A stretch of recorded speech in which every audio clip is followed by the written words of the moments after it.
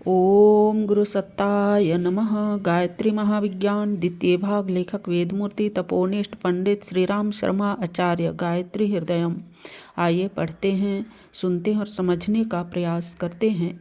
गायत्री के 24 अक्षरों के देवता कौन कौन हैं, इसका उत्तर देते हुए बताते हैं कि तत् का देवता अग्नि, स का प्रजापति, वी का सोम, तुह का ईशान, य का आदित्य, रे का बृहस्पति, नी का भर्ग, यम का पितृ, भ का अर्यमा, गो का सविता, दे का दष्टा, व का पूषा, स्य का इंद्र और अग्नि, धी का वायु, म का कामदेव, ही का मित्र और वरुण, धी का भृगु, यो का विश्वदेव, यो का विष्णु, नह का वसु, प्र का तुषित, चो का कुबेर, द का अश्विनी कुमार और यात का ब्रह्मा देवता है।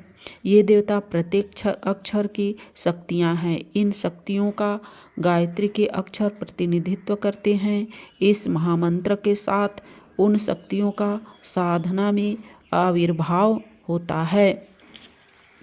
गायत्री को यदि एक मनुष्याकृति देवी माना जाए तो उसके अंग प्रत्यंगों में विविध देव शक्तियों की स्थापना माननी होगी। गायत्री का ध्यान जब मनुष्य आकृति देवी रूप में करते हैं तो उसके दिव्य होने की धारणा की जाती है। गायत्री के अंग प्रत्यंगों में जो शक्तियाँ निवास करती है उनका ध्यान भी साधक को करना होता है।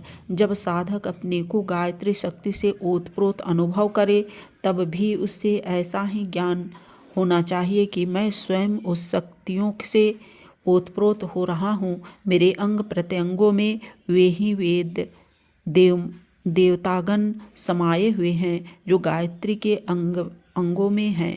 इस भावना के कारण साधक अपने उपास्य देव की जाति में आ जाता है। कहा है कि देव बनकर देवता की उपासना करनी चाहिए। देव शक्तियाँ हमारे अंग प्रत्यंगों में विराजमान हैं। यह भावना आत्मश्रेष्ठता का संचार करती है, आत्मस्थिति को देव उपासना के योग्य बनाती है। अब गायत्री के अंगों में देव शक्तियों की स्थापना का वर्णन देखिए। गायत्री के मस्तक में स्वर्ण, ललाट में रुद्र, भ्रुवों में मेघ, दोनों नेत्रों में चंद्र सूर्य, दोनों कानों में शुक्र और बृहस्पति, दोनों नथुनों में वायु, दंत और ओष्ठों में दोनों संध्याएं, मुख में अग्नि, जिह्वा में सरस्वती, ग्रीवा में साध्य गण, स्तनों में वसु गण, दोनों भुजाओं में मरुदगण, हृदय में पर्जन्य, उदर में आकाश, कटी में इंद्राग्नि,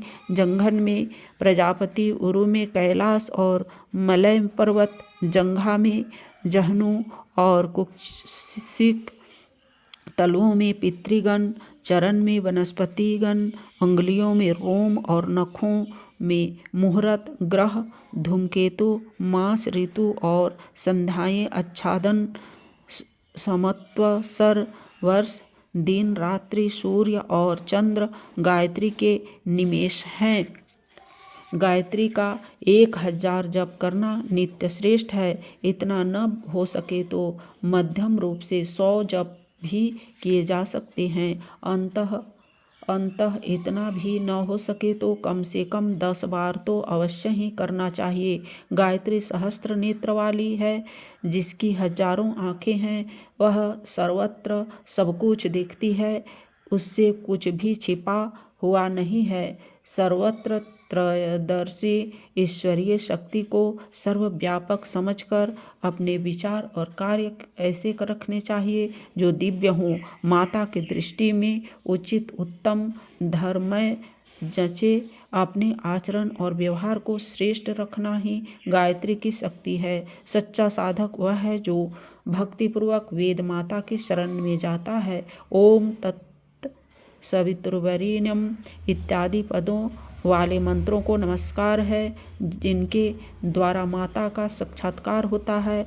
ओम तत् आदि शब्दों के साथ किए हुए पूर्व जप को नमस्कार है, क्योंकि उस जप के द्वारा आत्मा ब्रह्मा की प्राप्ति होती है। ओम तत् सहित भगवान आदित्य को नमस्कार है, क्योंकि उसके प्रकाश और प्रेरणा से पथ में प्रगति होती है। शाम काल में गायत्री का पाठ करने से दिन में किए हुए पाप नष्ट हो जाते हैं। प्रातः पाठ करने से रात्रि में किए हुए पाप नष्ट हो जाते हैं। शाम प्रातः दोनों समय पाठ करने से पापी भी निष्पाप हो जाता है।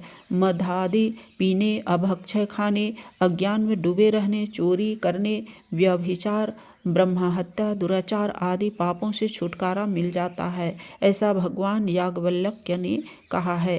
पाठ के द्वारा निष्पाप हो जाने का रहस्य यह है कि श्रद्धा और विश्वास पूर्वक इस महान ब्रह्मा विद्या का विवेचन, चिंतन, मनन करने के कारण विवेक की जागृति होती है। मनुष्य को पाप की निरर्थकता और पुण्य की सार्थकता समझ में आ जाती है। फलस्वरूप वह कुमार्ग से विरत होकर सन्मार्ग पर चलना अपनी नीति बनाता है। अंतःकरण में धंसे हुए अज्ञान अंधकार को बहिष्कृत करके ज्ञान का प्रकाश धारण करता है, पूर्वकृत पापों का प्रायश्चित करता है और भविष्य में उन्हें न करने की प्रतिज्ञा करता है। ऐसी स्थिति उत्पन्न हो जाने पर नए पाप हो जाना बंद हो जाता है। पुराने प्रारब्ध बने हुए पाप धीरे धीरे भुगतते जाते हैं। इस प्रकार वह थोड़े ही दिनों में निष्पाप बन जाता है। कुबुद्धि का परित्याग और सद्बुद्धि की धारणा ही पापनाश का वास्तविक कारण है, परंतु यह कारण यदि इस ब्रह्मज्ञान के पाठ, चिंतन, मनन से उत्पन्न हुआ है तो उसका श्रेय इस पाठ या मनन को ही दिया जाएगा। इसलिए पाठ द्वारा पाप निवृत्ति का वर्णन किया जाता है। गायत्री हृदय में जो विस्तृत तत्व ज्ञान भरा पड़ा है, उसको भली प्रकार हृदयंगम कर लेने से आत्मा में उतना ही प्रकाश हो जाता है, उतनी ही आत्मबुद्धि हो जाती है जितनी कि 60 लाख गायत्री जप करने से। इस गायत्री हृदय में वर्णित तत्व ज्ञान को आत्मसात कर लेने का पुण्यफल इतना अधिक है कि इसकी तुलना और किसी कार्य से नहीं की जा